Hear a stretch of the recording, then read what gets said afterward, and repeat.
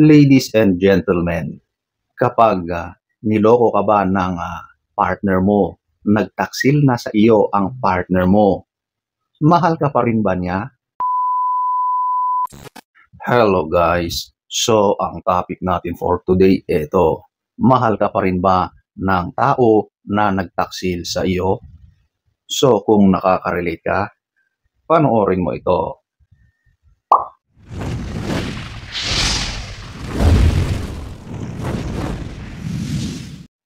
So, huwag na tayong magpaligoy-ligoy.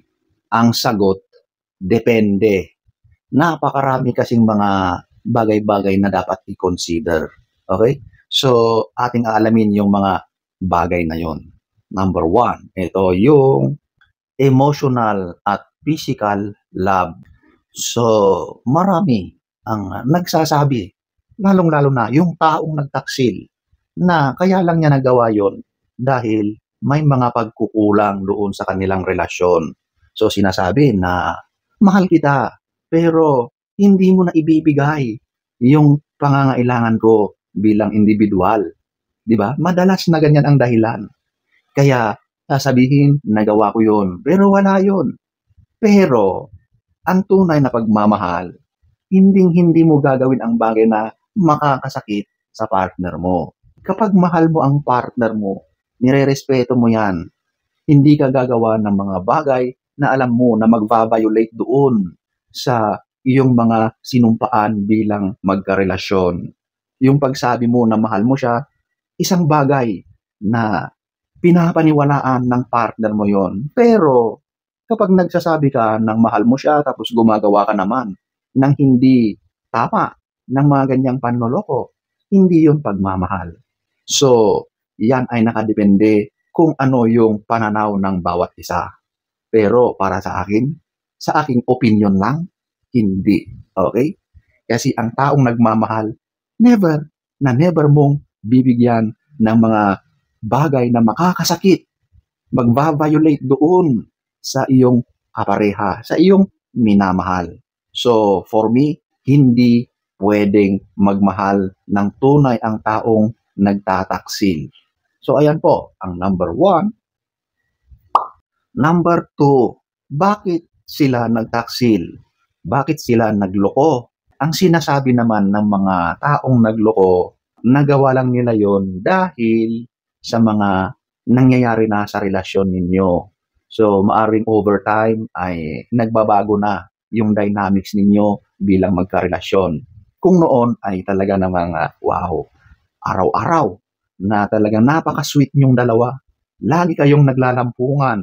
Pero habang tumatagal, nababawasan, nawawala, hanggang sa hindi nyo na nagagawa yung mga responsibilities nyo, obligasyon nyo sa inyong mga partner. So ngayon, yan ang ginagawang dahilan ng isa para gumawa ng pagtataksil.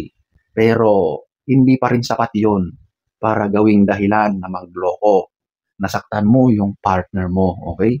Kung talagang hindi mo na kaya yung ganyang sitwasyon, sabihin mo sa partner mo, maging bukas, kumprontahin mo, mag-usap kayo, at kapag hindi naging maayos ang resulta ng mga pag-uusap nyo, tsaka ka na umalis.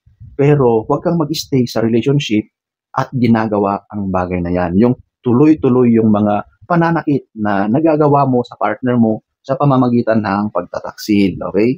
It's better to move out of that relationship para alam na ng isa na yun na yung end, okay? Hindi na siya umaasa at hindi na niya nakikita ang mga kalokohang ginagawa mo. Number 2. Number 3, love versus actions. So, maraming mga opinion ang lalabas kapag ganito.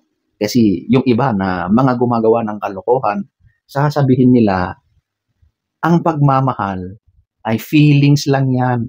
Kailangan yung feelings na yan ay pakakainin mo para lumago or mag-remain yung feelings na yan. Kapag hindi mo pinapakain, maglalaho. Ganon yung mga opinion or mga mindset ng ibang mga tao.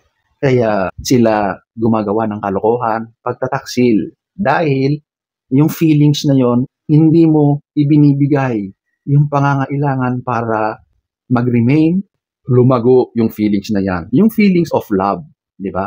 So, yun ang idinadahilan ng iba, kaya sila nagloloko, okay?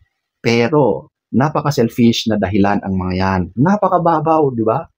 Alam nyo, ang pagloloko talaga, hindi pwede i-justify na dahil sa pagkukulang ng partner mo, kaya ka gumagawa ng ganyan.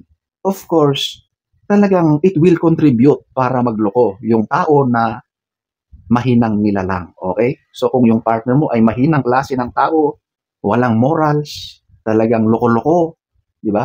Manloloko talaga siya, simulat sa pool, cheater talaga siya, ganyan ang mangyayari, okay? So yung justification niya na dahil feelings lang yan, mababaw na dahilan. Wala talaga siyang respeto sa iyo. Hindi ka talaga niya mahal. Kaya niya nagagawa ang bagay na yon, okay? Ang taong walang respeto, hindi ka nire-respeto, automatic na wala ring pagmamahal yun.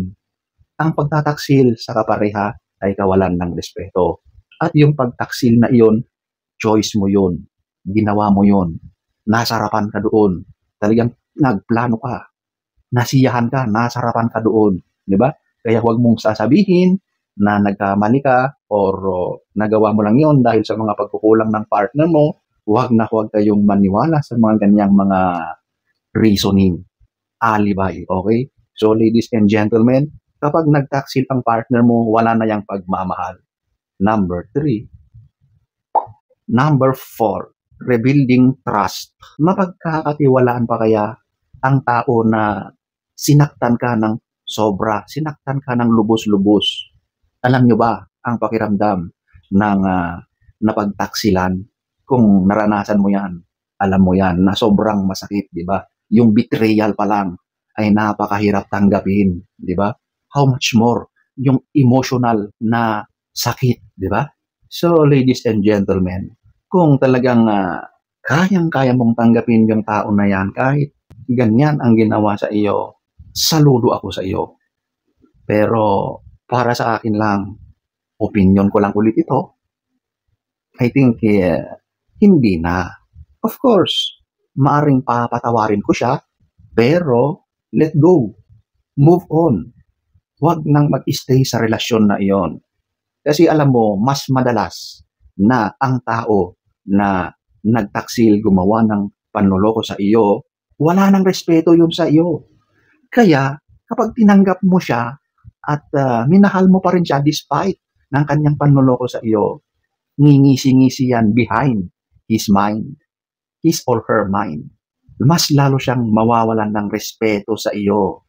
Of course, for the meantime, relax na siya, chill na siya, kasi pinatawad mo, inaccept mo uli yung kanyang apology, di ba? Pero alam mo ba ang tumatakbo sa isip niyan? Naku, alam mo ba yung ngiting aso or ngiting demonyo? Ganon yun. Mas lalo siyang walang respeto sa iyo kasi tinanggap mo pa rin siya. Darating yung panahon at gagawin ulit niya yun.